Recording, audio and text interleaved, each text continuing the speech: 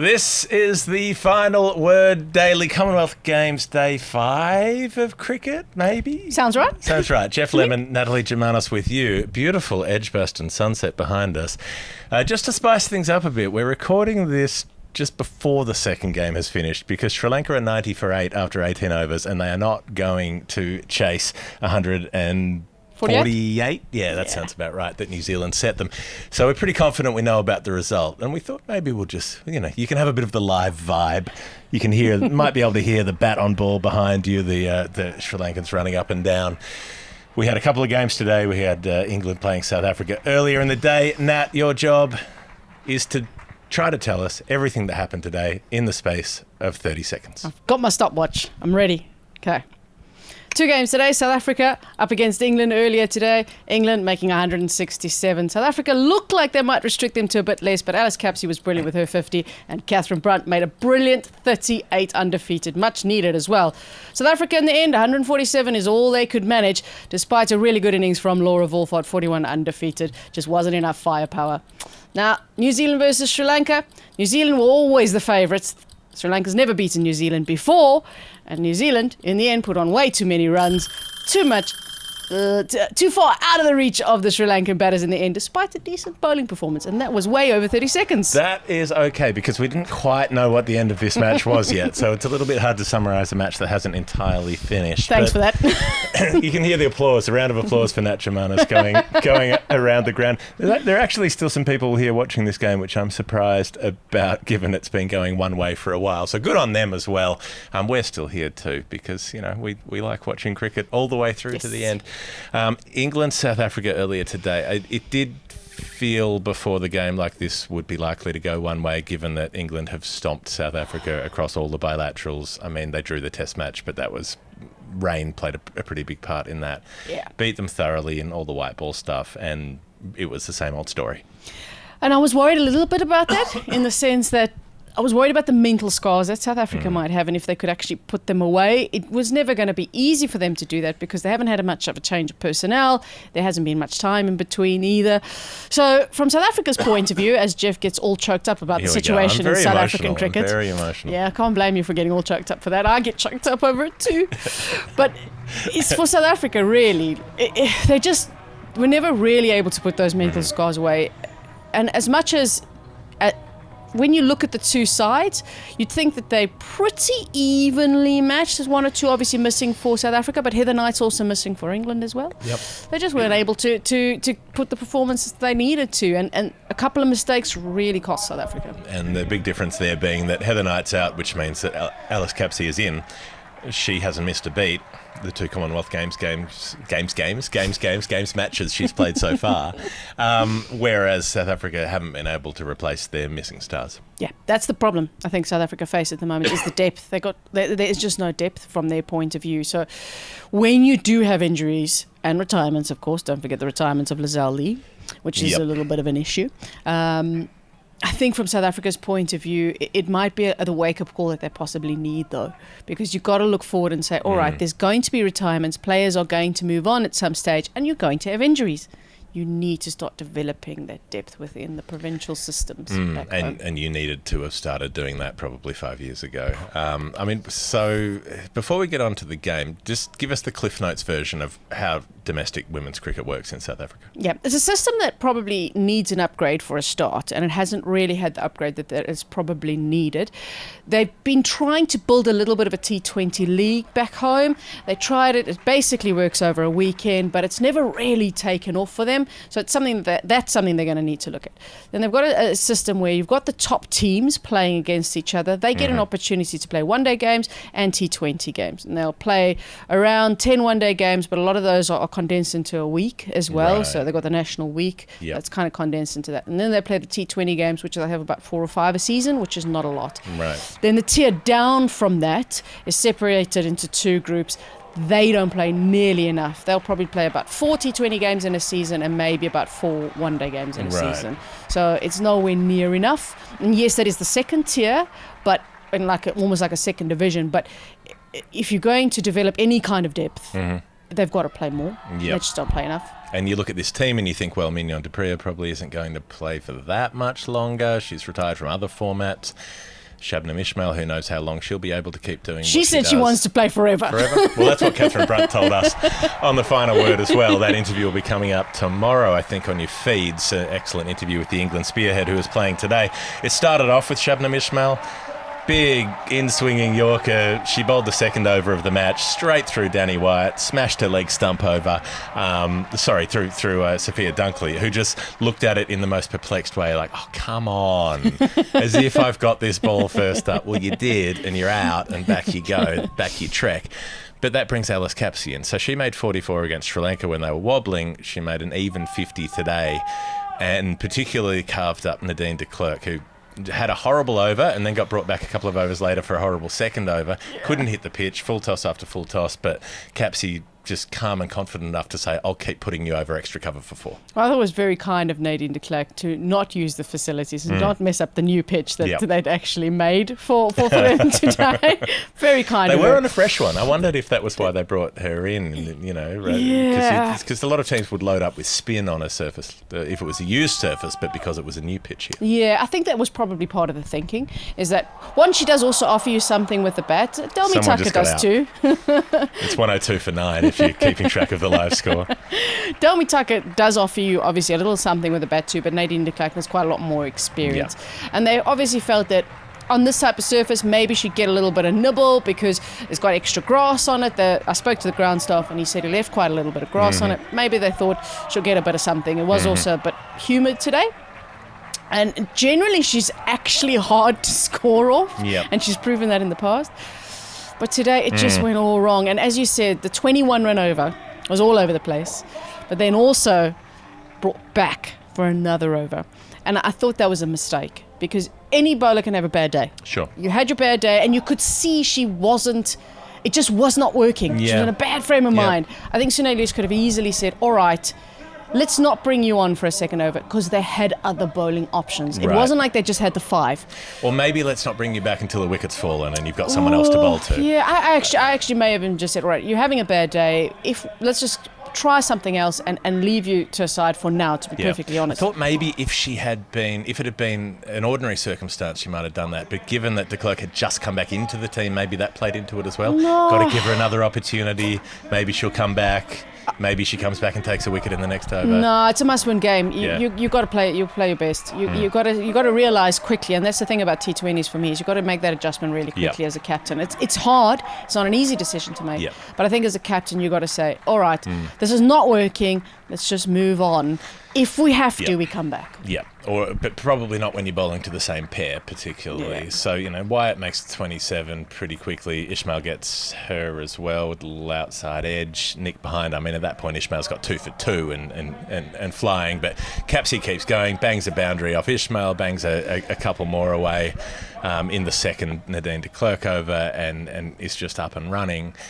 But there's a wobble after that. There's this point where, so Nat Siver gets out, and then 2 in a row where Capsey pats a catch back to Malaba, and then there's a run out of Maya Bouchier. Suddenly they're 5 for 90 odd after 13 overs, and you're like, well, maybe South Africa can shut them down. And then in come Brunt and Amy Jones, and they bat through to the end of the innings unbeaten. They put on 72, was it? Yeah, 74? Yeah, and in double quick time. Yeah, and looked $1 million while doing it. And that little wobble that they had, I credit a lot that to actually Nonkululeko Mlaba and how she bowled in that spell, because she kept it really tight.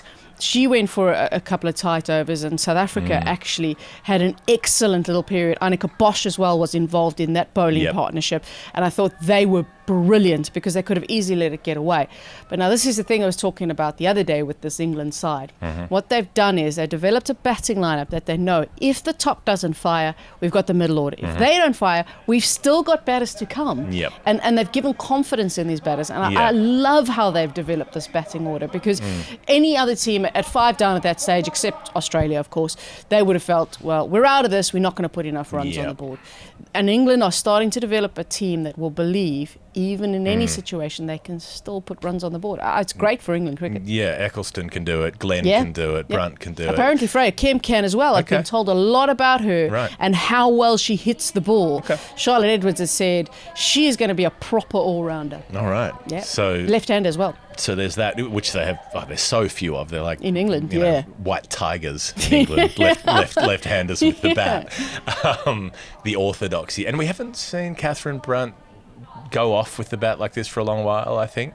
I mean, she hit a big 6 over mid-wicket, number of boundaries. She played a really nice ramp shot, which was textbook from Shabnam Ismail, who was the best bowler for South Africa during the innings. You know, took runs off her, edged one away through deep third for 4, 38 not. You know, Amy Jones has a habit of strings of low scores, but made some today and made them quickly, and they're up to 167, and it starts to feel like the New Zealand game all over again when South Africa's openers come out and go at about a run a ball. And they did hit a few boundaries, but they were really having to go after it. Like, they were straining to hit those boundaries. There wasn't any sense of ease or confidence. And in the meantime, there are still dot balls racking up. So they're still not going at much more than 6 and over, even though they need 8.5 from the get-go. And even though they bat through into the 9th over, the opening partnership, they're still only going at maybe 6.5. Suddenly they need 9 or 10 when Woolvart and Tryon come in, which is identical to what happened against New Zealand. Yeah, and this is actually a technical deficiency that I was talking about with Lisa Sthalekar. She mentioned it and she explained it in that she's saying that the bottom hand from these batters, in particular the openers and sometimes the number 3, would be that it's too close, the face is closed, so the bottom hand is too strong on the bat. And what ends up happening is then all you can do is score to the leg side. Right. So then it's easy for a captain to set a field because you've got boundary riders, you make sure you shut off those boundaries. They can't hit it in the air or loop it over the infield on the offside, can't find the gaps either. So from an opposing captain's point of view, it's very easy to set a field to the openers for South Africa and possibly even the number 3, depending on who comes in at number 3, because they have that technical deficiency that only allows them to really hit leg side. Or Brits, who also has that strong bottom hand. She can hit straight, but then again, you can protect that because she's not going to hit anything through the offside. And they had long on and long off very straight for those two as well. So when they did go over the bowler's head, they couldn't hit that gap. So if you're cutting off the boundaries, you cannot go at the rate that is required when you're chasing a score of 167. If you're chasing 130, South Africa will get that probably any day. Right. But 167, you're not going to be getting it. You need a boundary in the mix at least every second over, and that just wasn't happening. So too much left up to Woolvart again, and she also struggled to go at more than a runner ball through the early part of her innings. Tryon comes in, starts quickly actually, which she doesn't always, but starts very brightly, and then Brunt comes back. Tryon tries to hit her over long on, can't get all of it. It's a slower ball, ends up being caught. She's out for 16. And at that point, you know, they're done. They're not going to get there. Mignon du Preez gets out shortly afterwards, and Woolvart bats through to the end with Sune Lewis, but they were never really in contention. I think there was a little mistake there again, actually. I think Sune Lewis should have come in as soon as Tryon went out. And the reason I say that is because in the previous game, she was the one who got an undefeated 30 in quick time. Yeah. And Mignon du Preez struggled a little bit to find the boundary. And I'm not saying that du Preez can't do it. She can. I've seen her do it before. But Sune Lewis is the one that scored quickly in the previous game. I think she should have come in after Tryon. Yes, that stage was... Or Tryon at first drop, perhaps. Yeah, or maybe. Given they were up to halfway through the innings at that point. Yeah, possibly. I didn't mind Laura Wolford coming in at number 3, but I think after Tryon went out, Sune should have sent herself in for me because she's the one who scored runs and scored quickly, found the boundary as well. I just feel like that could have been adjusted to... I just think they're not flexible enough for their batting order. New Zealand have bowled at Sri Lanka for 100. No, they haven't. 102 for 8 after 20 overs. So New Zealand have won by heaps, 45 runs to the margin. They went in New Zealand, batted first, did their strategy is, you know, people say don't put all your eggs in one basket, but it's okay as long as you don't drop the basket. You know, and in this case, the basket is the innings and the eggs are Sophie Devine and Susie Bates.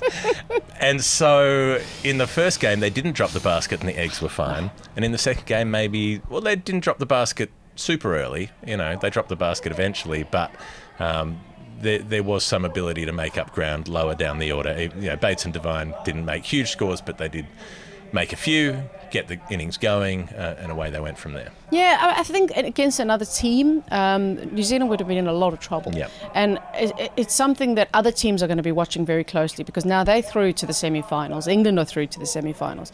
So whoever their opponents are, they're going to watch that very closely, knowing that all they have to do is get Devine, Bates out, and possibly Kerr you can add in there. And they have got a very vulnerable middle to lower order. There is not hitters there as well. That's a problem for them. Somebody who can really hurt an opposition. You need someone there that can hurt an opposition. Someone who can find boundaries. They have it. It used to be Katie Martin, who could, who didn't have prolific numbers but could find boundaries, could score 20 off 12 if she needed to. Yeah, I don't know if they have that. And what we've seen in this game is that even though they have good records against spin, against quality spin, they may struggle. So if they meet India, for example, they may struggle possibly. So the oppositions are going to be watching that very closely, and on all due respect to New Zealand, who I'm not saying that they're a terrible side by any stretch, the opposition from the other group are probably going to hope they meet New Zealand in the semi-final and not England. Yep, I would say so as well. Sri Lanka trying to chase a target. I mean, for a bit, they've got New Zealand again. It's 5 for 95, was it? And with about 4 overs to go, and you're thinking, well, maybe they can keep them to 120 and chase it. In the end, it gets out to 140 plus, and they can't chase it. And I think it's easy to put the boot into Sri Lanka because they are a subpar team compared to these other teams. But you go back to where they're coming from. I mean, Sri Lankan cricket. Sri Lanka, the country, is broke. Sri Lankan cricket is doing its best. Sri Lankan cricket have funded all of the Sri Lankan athletes at these Commonwealth Games to come and compete. Not just the cricketers, every athlete, because the government has no money to send them. So they're doing what they can to some point across the board, but domestic women's cricket in Sri Lanka is a shadow of a thing compared to the other countries they're up against. It seems grossly unfair in a lot of ways to expect them to compete. They can't compete in terms of the resources they have. Yeah, you obviously have to take all of that into account, and the fact that after the pandemic they had hardly played any international cricket. They got the opportunity to play in the qualifiers for the 50-over World Cup, but that was shortened as well, unfortunately, because of COVID. So that's right. They didn't end up qualifying either for that, so they didn't have that opportunity to play together as a team. They didn't have that opportunity to play against quality opposition either, because, as you said, back home domestically things aren't quite there for them. But having a look at from a point of view of Sri Lanka coming into this as well, they had the qualifiers to play, so that's an opportunity, but it's not against the best in the world. And then obviously you've got the option of the bilateral series that they had. They played against India and Pakistan, but for them it's kind of hard to be ready for something like this in that short space of time, 3 or 4 months, to basically come out and say, all right, play against some of the best in the world. So Sri Lanka's whole chance to win the game was, can Chamari Atapattu get, say, 110 out of the 140? No, she couldn't. Bowled for a duck, first over. It's pretty much all over from there. They end up 102 for 8. There was a bit of a flurry from Nilakshi De Silva, who hit a few boundaries and got things going, made 36. Looked bright, looked sparkly, was fun, but they were never in the chase. Yeah, and obviously that's that sad reliance on Atapattu, who's a quality player. I've watched so many incredible innings from her, and she generally, against tough opposition, lifts her game, in particular against Australia. She loves playing against Australia. But you can't rely on one player, and no team can. So sadly, it does mean that somebody else has to kind of step up and do the job. But as we're saying, it's so difficult for them to do that when they haven't had the preparation that they need. They haven't played against quality opposition for long periods of time. So I feel for Sri Lanka, I really do, because they are a side with talent. They're a side that certainly relies on their spinners, but you bring something to world cricket that others don't. That mystery spin, they have it with them. So I really feel for them, and it's such a tough situation for them to be in. I do hope that there is some light at the end of the tunnel for them and a way forward, because world cricket needs them. All right, the Hall of Fame. The Hall of Fame is the most final word moment of the day. It's brought to you by Advanced Hair. That's a hair replacement service, advancedhairstudio.com/final word if you want 15% off. Why wouldn't you? It's 15%. It's a pretty good percent. you can get 15% on your hair and 15% off the price. Matches up. Right. Let's see. So I liked, just to follow on from your last point, I liked the fact there was a group of people here yelling out, "We love you, Sri Lanka," while they were batting. Things weren't going so well. They weren't having a great day. And to be frank, probably no one comes to see Sri Lankan women's team play in a game expecting them to dominate, but they were still there giving them the support. It was nice. Yeah, it is nice to see. And actually, we had a lovely crowd in today. Good support for New Zealand as well today. So that's great to see because none of them are the home side. And generally, you would expect some good support here at Edgbaston for India and Pakistan and obviously England, which we saw earlier today. But brilliant support for Sri Lanka and New Zealand today. A lot of youngsters in as well who would have seen them and thought, oh, you know what? One day I want to do that too. And that's exactly what you want at these games. Big New Zealand population in the Midlands, I'm sure. The South Island of the Midlands, they call it. Let's see. What you had something, didn't you? My Hall of Fame has to go to Rosemary Mayer, brought into the side because they said, Sophie Devine said at the toss, very sarcastically really, that Sri Lanka's got about 12 left-handers in their side. They brought her in for that. It took a while before they actually tossed to the ball, which I found surprising considering there's so many left-handers. But they gave it to Rosemary Mayer. Her very first ball, gets a wicket, batter skies it, underneath it is Maddie Green, takes a good catch, and Rosemary Mayer doesn't celebrate with anybody. She just turns and goes back to her mark. It's because she knew she had bowled a no ball, and it was a massive no ball. It was just about halfway down the wicket, so she knew it was a no ball straight away. Right, the alarm in her boot went off. I would nominate the bit in Alakshi De Silva's innings where she gets given out. Was it Eden Carson who was bowling at this point? I think so. The spinner, or was it Amelia Kerr? No, it was Amelia Kerr bowling, wasn't it? Oh, yeah. And, traps her LBW with a straight one. She reviews it. It's going just down the leg side, just misses the leg stump by a whisker. Reprieved, not out. Next ball. Over mid-wicket for 6. Cop that, Amelia Kerr. You think you're good? You think you've got me out? No, you don't. That was fun. That was travelled that 6 as well. It went a long way and it came out of nowhere. Yeah. It hadn't had anything hit that cleanly probably in the entire innings. And Alakshi De Silva, who's obviously in good form because she made runs in the previous game, came in and just... But she's tiny. You could put her in a carry-on. She needs to be picked hit sixes. The timing on that was sublime. The sound of it was just really perfect. Good. It was like chopping a knife into a crisp apple. It was just dunk. It was beautiful to see. So even though Sri Lanka went down, they went down swinging. So here we are. That means England and New Zealand have qualified for the semi-finals. Australia have qualified, and we need the last game between India and Barbados to decide who makes it out of Group A. That's all we've got on the 5th day of cricket. The Final Word Daily from the Commonwealth Games. Natalie Germanos and Jeff Lemon. You can find the Final Word on Patreon. It's spelled Patreon. I don't know why. Patreon.com/the final word if you want to support what we're doing. Thanks to everybody watching the show. We'll see you for day 6.